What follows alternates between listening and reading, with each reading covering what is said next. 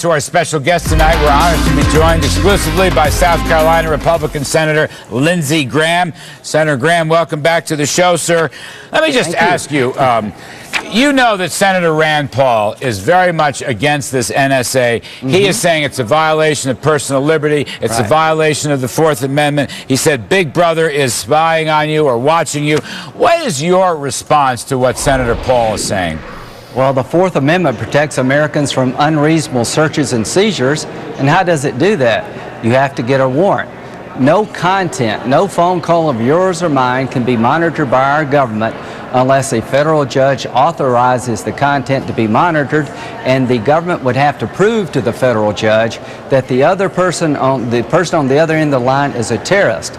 So we do have a warrant requirement, and this is not an unreasonable search and seizure. And by the way, we're at war, and we need to find out what these guys are up to, because if you don't preempt them, we're going to pay a heavy price. So I'm very comfortable with the legal basis of this program. All right, you support the program. Yes. The point about Senator Rand Paul, and he's getting a lot of ink about this, as you know, and has a lot of supporters on this point. What you're saying is he's wrong because he's left out the FISA warrant program. Is that basically the essence of your disagreement with Paul? Yes, an unreasonable search and seizure is prohibited by the Fourth Amendment, and a warrant is the check and balance. To everyone who's listening, the government cannot monitor the content of your phone call unless a federal judge authorizes it, and the people who are tracking the terrorist have to prove a connection between your phone number, and a known terrorist's phone number. And I think most Americans want us to try to figure out who the terrorists are talking to throughout the world. And like Anwar al-Awlaki was talking to Major Hassan. Remember that guy, Major Hassan, who killed 19 people at Fort Hood? He was corresponding with Anwar al-Awlaki, an American citizen al-Qaeda leader in Yemen, through email, and we missed that. So I would tell Senator Paul that I do respect civil liberties. We do have checks and balances, but I believe we're at war, and it's a good thing to be trying to find out what terrorists are up to and who they're talking to. I don't want to be difficult about this, but you mentioned Fort Hood. We missed that. We also missed the Boston Marathon. Yes, we did. Marathon bomber. So, Senator, skeptics of this story, skeptics of the NSA, are questioning. You know, Clapper and the NSA are saying that it stopped dozens of terrorist attacks, and of course, the second problem with that is Clapper himself looks like he lied in front of a congressional committee. In other words, people just don't seem to trust, or let me say, some people, many people, don't seem to trust this story, Senator Graham. Well, the Major Hassan and Anwar al-Awlaki was a communication through an email conversation. And believe it or not, under this program, a known terrorist like Anwar al-Awlaki, because he's an American citizen, we can't monitor his email. I want to fix that. But the Boston situation wasn't about the phone surveillance program failing. It was a failure of DHS, the Homeland Security folks, not to notify the FBI and the CIA that this guy had gone back to Dagestan, to the terrorist safe haven. Our system failed to talk to each other. So we need to up our game, and if we took this system out of play, and it may have been destroyed already, if we lose the ability to monitor terrorist activity, phone calls and emails, we got a warrant requirement protecting us. But if we do away with this, then we're pretty much blind, because we don't capture people anymore, Larry. We don't gather intelligence. We read them their Miranda rights. So to my critics, what would you do to make sure America can protect ourselves against terrorists who are trying to kill us all? I think it's all digital. I think it's all digital. You're right. I think as long as it's monitored properly, Senator, as long as we have trust in the people running it, trust is a commodity in short supply with this administration. I think that's where a lot of the Can I add something? You're dead right. Yes, please. I don't trust them on Benghazi. I think what they told us about Benghazi was completely fabricated politically. I don't trust them about the IRS being limited to Cincinnati. But here's where I tell you I like the program and trust, because you got federal courts overseeing the program. All right, I get that, and thank you. I want to move on to another controversy, the immigration reform bill. There are going to be amendments and debates. Republican Party is also split on this, but it's also split with the Democrats. Let me just ask you this. Is the basic argument right now, Democrats want legalization as soon as possible, but Republicans are saying no, it has to be border security as soon as possible, border security first, and then legalization? Is that the big debate? Yeah, that's really the big debate, and the Gang of Eight came up with a compromise that goes as following. Before you can get on the pathway to citizenship, we have to have E-Verify up and running to control jobs. You know, we got 11 million illegal immigrants. We're not being overrun by Canadians, Larry. They come and go home. These people come from poor areas. They try to get jobs. So E-Verify has to be up and running before you can get on a path to citizenship.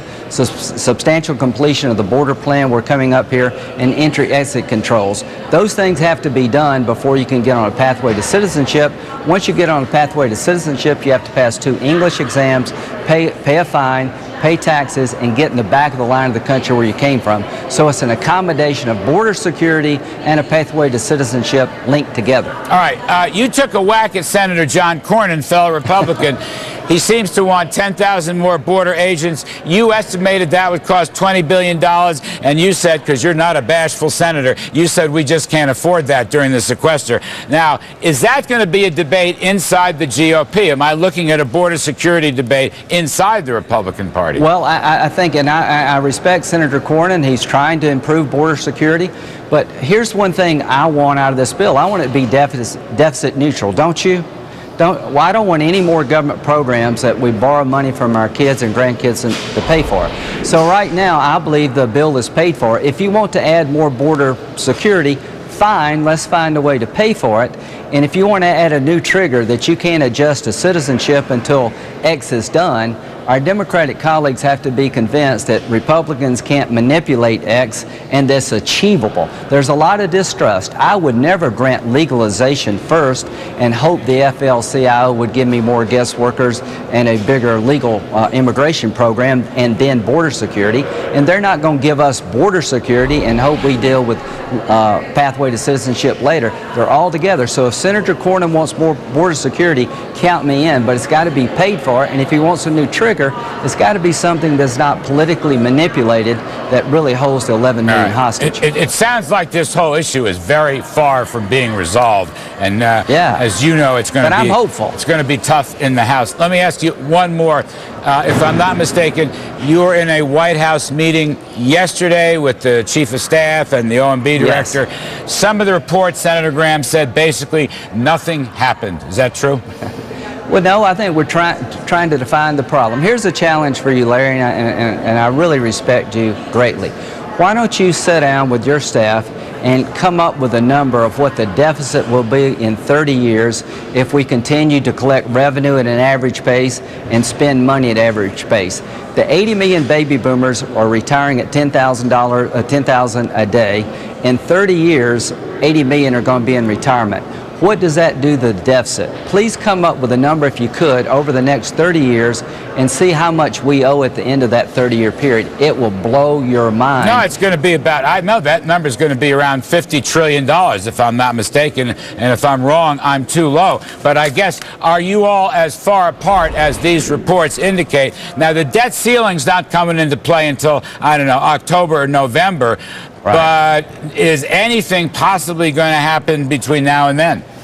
For me to raise the debt ceiling, to borrow a bunch more money, we're already $17 trillion in debt and climbing. I want to fix the reason we're so much in debt. That's entitlement reform.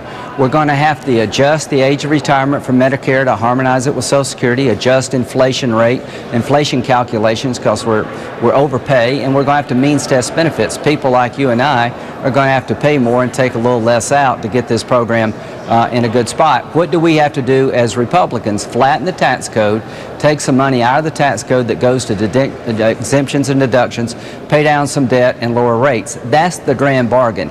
I think that's the best way to raise the debt ceiling, address why you're in debt, and I'm somewhat optimistic. But if we fail on immigration, there's no chance of a big budget deal. If we pass immigration reform, maybe the Congress can do two things at once and go to the budget. Senator, you pass tax reform, and I will give you a 3 to 4% economic growth rate instead of this anemic 2%. That's dead how important right. it is. That's how important it is. Yes, you're dead right, as always. I got to get out of here. Many thanks. South Carolina Republican Senator Lindsey Graham. Thank you, sir.